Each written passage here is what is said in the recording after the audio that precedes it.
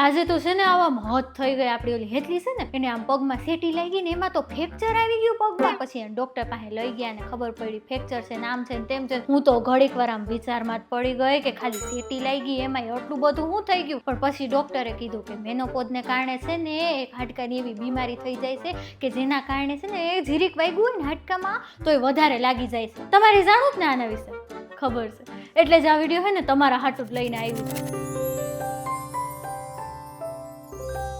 એ કેમ છો? જય શ્રી કૃષ્ણ.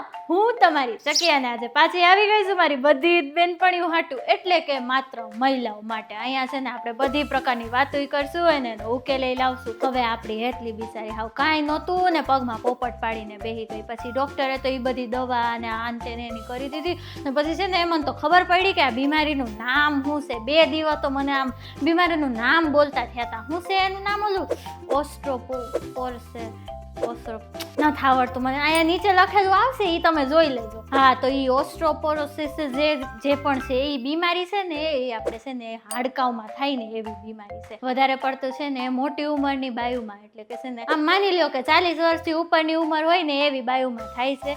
અને છે ને એમાં કેવું થાય કે આપણા હાડકામાંથી છે ને જે કેલ્શિયમ ને કોષ ને બધું હોય ને એ છે ને એમાંથી નીકળતું જાય અને છૂટું પડતું જાય અને છે ને નવું કેલ્શિયમ ના બને ને એવું બધું થાય ને એના કારણે છે ને હાડકા હાવ અંદરથી આમ ખોખલા થઈ જાય છે. હવે આપણને છે ને આખી જિંદગી હોર્મોનના ઇમ્બેલેન્સ થતા જ રહેતા હોય અને એમાં ખાસ કરીને 45 થી 50 વર્ષની ઉંમર ગાળે આપણને છે ને મેનોપોઝ આવી જતું હોય. હવે હોર્મોનલ ઇમ્બેલેન્સના કારણે મેનોપોઝ થાય અને મેનોપોઝના કારણે છે ને આ બીમારી થવાની શક્યતા વધારામાં વધારે છે. અને તમે માનશો ભારતમાં 33% થી પણ વધારે જે એવી સ્ત્રીઓ છે જે છે ને મેનોપોઝ પછી છે ને આ બીમારી થઈ છે.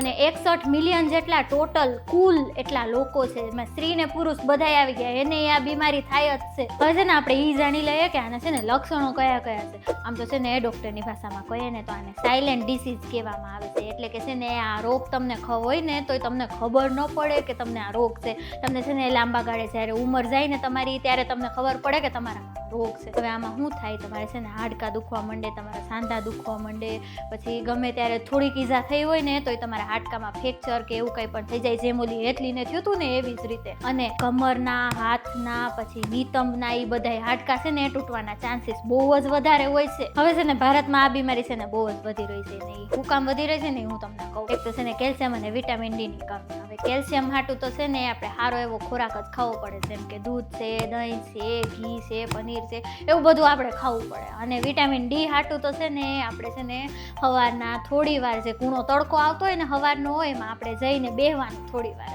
તડકો શેકવાનો આપણા શરીર હાટું થઈને. હવે મને ખબર છે આપણે કામમાં હોઈએ, કોલેજે હોઈએ, બધે હોઈએ, પણ થોડી વાર જઈને છે ને તડકો શેકી આવો તો જરૂરી. અને બીજી એક વસ્તુ, આપણે કસરત જ નથી કરતા. હવે આપણે ફોનમાં જોઈએ રાખીએ છીએ ને હવામાં બેઠાડું જ જીવન થઈ ગયું છે. હા, માની લીધું કે આપણે છે ને ઘરનું કામ ને એ બધું તો કરતા જ હોય, પણ તો એ સિવાય આપણે છે ને હાડકાને તંદુરસ્ત રાખવા હાટું છે ને કસરતું કરવી તો જરૂરી જ છે. અને આ બધા સિવાય ઘણા લોકોને ઘણાય વ્યસન હોય છે, જેમ કે તમાકુ છે, સિગરેટ છે, એ બધું તો ખાસ કરીને મૂકવું જ પડશે. હવે તમને ખબર કઈ રીતે પડશે કે તમને આ બીમારી છે કે નહીં, તો એના હાટું શું કરવાનું એ હું તમને કહી દઉં. હવે છે ને જો તમારું વજન એકદમ જ ઓછું છે, કાં તો તમારી ઉંમર 50 વર્ષથી વધારે છે ને તમને મેં જે બધા લક્ષણો કીધા ને એ બધું તમને થાય છે ને, તો તમારે બોન ડેન્સિટી ટેસ્ટ, આ નીચે જે નામ લખેલું આવ્યું ને એ ટેસ્ટ છે ને એકવાર ડોક્ટર પાસે જઈને કરાવી લેવાનો છે. એનાથી તમને છે ને તમારા હાડકા વિશે બધી જ ખબર પડી જશે. અને જે ડોક્ટર કહે ને એ બધી દવાઈઓ તમારે લઈ લેવાની છે અને તમારો ખોરાક એ સુધારવાનો છે. અને મેં જે બધું કીધું ને કે વિટામિન ડી હાટું તડકામાં બેસવાનું એ બધું એ કરવાનું જ છે. કસરત એ કરજો, યોગા એ કરજો ને એ બધું કરજો. હવે છે ને આપણા હાડકા છે ને એ આપણા માટે બહુ જ જરૂરી થઈ જાય છે આપણે જ્યારે વૃદ્ધાવસ્થામાં હોઈએ છીએ ને ત્યારે. એટલે આપણા હાડકાનું ધ્યાન તો આપણે એકદમ રાખવું જ પડે છે. સારું, હાલો, મારા ઈ આવી ગયા, હવે મારે જવું પડશે. આપણે મળીએ કાલે પાછા. હે ને હવે છે ને તમને જો આ વિડીયો ગમ્યો હોય ને આવું કંઈક બીજું વધારે તમારે જાણવું હોય ને તો છે ને તમે કમેન્ટ કરીને મને જણાવજો. એની ઉપર છે ને એક લાઈક અને સબસ્ક્રાઈબનું બટન છે, એ જરાક દબાવી દેજો. મળીએ કાલે હો ને પાછા. આવજો. જય શ્રી કૃષ્ણ.